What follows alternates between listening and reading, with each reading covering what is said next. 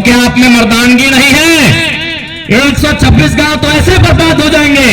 126 को सामने निकलिए, तीर धनुष टंगला फैसला लेके और खड़ा हो जाइए। ऐसे तो बर्बाद हो रहे हैं, ऐसे तो 126 गांव खत्म हो जाएंगे। 126 लोग सामने आके सामना कीजिए। एक बात हमेशा याद रखिएगा, यदि आपको कोई जमीन के बदले पैसा दे रहा है, भूल से भी मत लीजिएगा, क्योंकि हम लोग खेतीहर हैं। हमारा चासा सुबाई चासा ना, सुबाई चासा बोटी तो चासार माने की खेती बाड़ी। আমরা সবাই চাষা, যদি কেউ মানুষ আমাকে আমাদের হাতে টাকা দিবে তো আমরা টাকাতে টাকা বানাইতে নাই পারবে। আমরা পারবি কি? টাকাতে টাকা নাই। এইটা কার না? টাকাতে টাকা যে গুজরাট রাজস্থানের সেট মালবাড়ি গুলা এসেছে এখানে, ওরা পারবে টাকাতে টাকা বানাই, আমরা টাকাতে টাকা বানাইতে নাই পারবে। यदि हम लोग टाका से टाका बना लेते हैं तो जमशेदपुर में जो बड़का बड़का मॉल है ना, हम लोग का नहीं होता, जमीन हमारा है। ये आदित्यपुर और गम्हरिया में जो बड़का बड़का फ्लैट सब है 18 तल्ला और 22 तल्ला का, वो किसका होता? हम लोगों का होता। जमीन हमारी है। क्यों नहीं हुआ पता है? क्योंकि हम लोग टाका से टाका बनाने नहीं जानते। 1-2% होंगे আমাদের মধ্যে, একটা দুটা মানুষ আছে যে টাকাতে টাকা বানাইতে পারি। সবাই না জানিব, সবাই বানাতে তুমি নাই, তোমরা নাই পারবে। টাকাতে টাকা আমরা বানাতে নাই পারি। যদি পারতাম তো আজকে এই যে ফ্যাক্টরি আছে, আজকে যে বড় বড় তোমরা দেখতে পাচ্ছি, यार মালিকানা হক আমাদের কাছে। यदि हमारे लोगों के पास इतना ही दिमाग होता तो जमीन देता, लेकिन बोलता कि इसमें जो भी बनेगा 50-50, जमीन हमारी, पूंजी तुम्हारी, बराबर में होगी हिस्सेदारी। हमारे लोगों को पता ही नहीं है। उनको क्या समझ में आया था 40 साल पहले जब कोड़ी के भाव जमीन दे दिया, खाया पिया दारू पिया, दे दिया जमीन। उसको थोड़ी पता था कि 40 साल बाद क्या होगा। इसलिए भूल के भी 1 इंच भी नहीं देना है। अरे ऐसे इतने लोग बर्बाद हो रहे हैं। पकड़िए हाथों में तीर कमान, पकड़िए कुल्हाड़ी, सामने आ जाइए। एक भूल हो चुकी है, अब दोबारा भूल एकदम मत कीजिए, क्योंकि हमारा गुण ही नहीं है कि हम लोग जमीन के बदले जो पैसा पाएंगे उस पैसा से पैसा बना सके। ये किसका गुण है? सेठ जी का, मड़वारी जी का, जो गुजरात से आए हैं, राजस्थान से आए हैं, उनका गुण है भाई। उनके खून में है व्यापार करना, हमारे खून में है खेती करना। यदि हमारे खून में ऐसा होता तो जमशेदपुर का राजा ये फारसी नहीं होता। टाटा कौन है? खुले मंच में कहते हैं ये भारत का भी नहीं है, ये फारसी है। जमशेदपुर में आके एक फारसी आदमी राजा नहीं बनता, कोई झारखंड का बेटा राजा बनता, यदि हमको बिजनेस करने आता तो।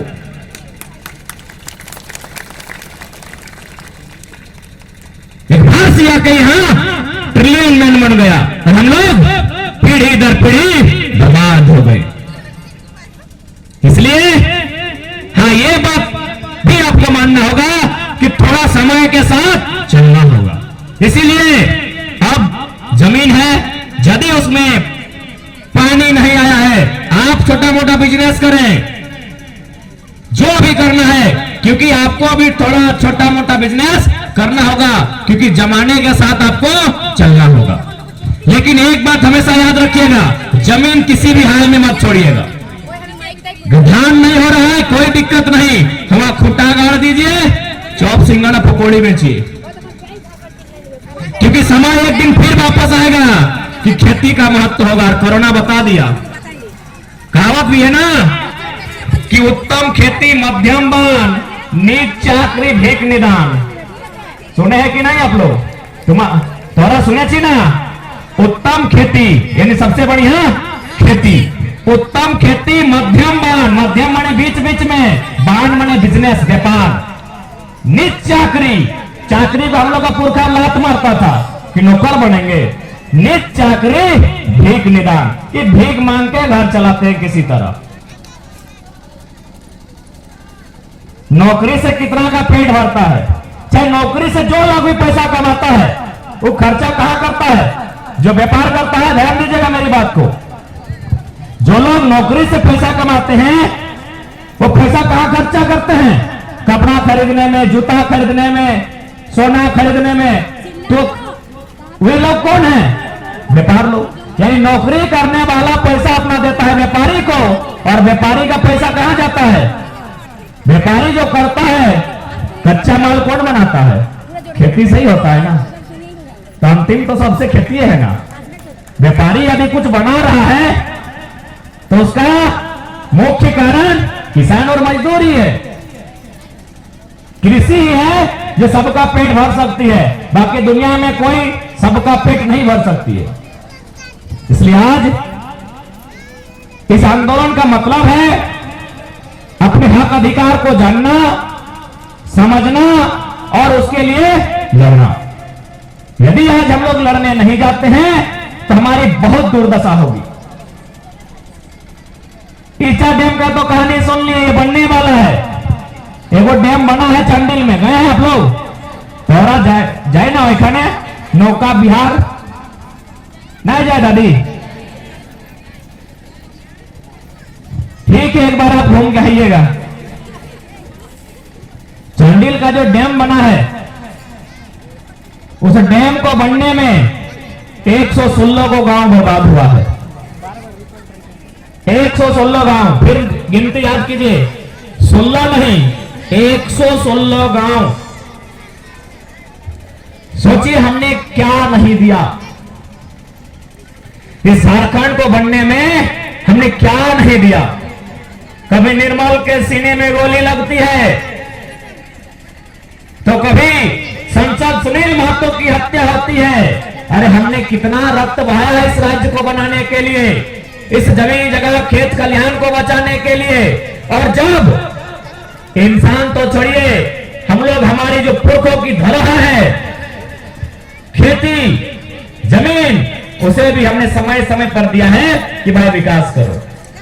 ये कैसा विकास है, दुनिया में कहां कानून है, पता है अच्छा है कानून कि तुम्हें जमीन जगह लेवी झारखंड आज नौकरी देवी यूपी बिहार, कहां है कानून भाई,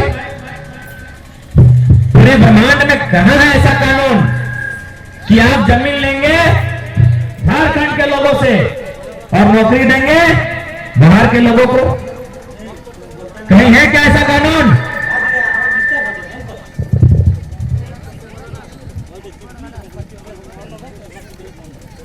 हेलो, क्या कहीं ऐसा कानून है?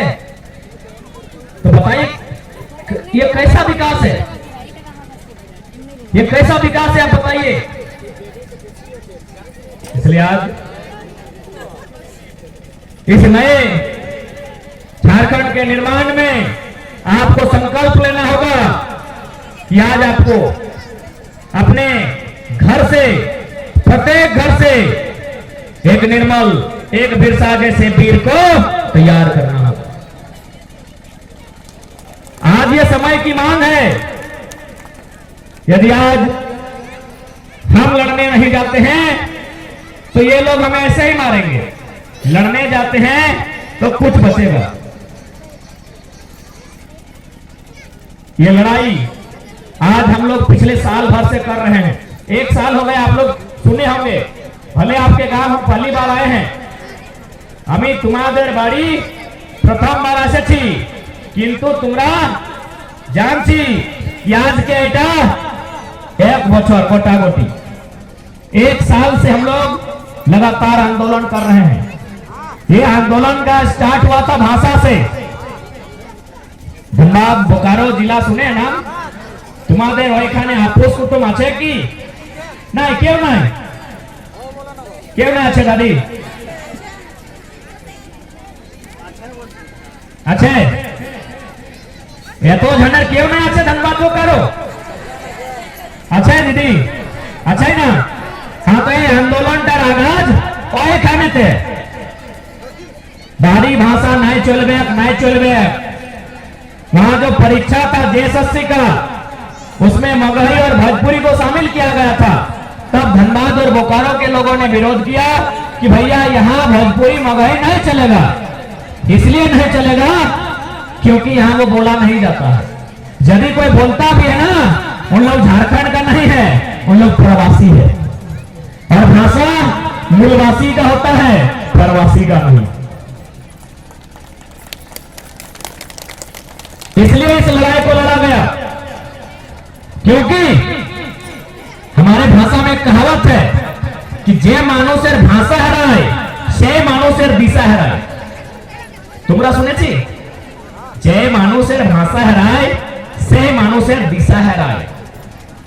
हमें को छोटा सा उदाहरण देते हैं आपको समझाने के लिए। ये कल्चरल उदाहरण है और हो सके सब समाज में चले या ना चले, हम एक उदाहरण के तौर पे से दे रहे हैं। आपके इधर शादी ब्याह में चौक पुराई का काम कौन करती है?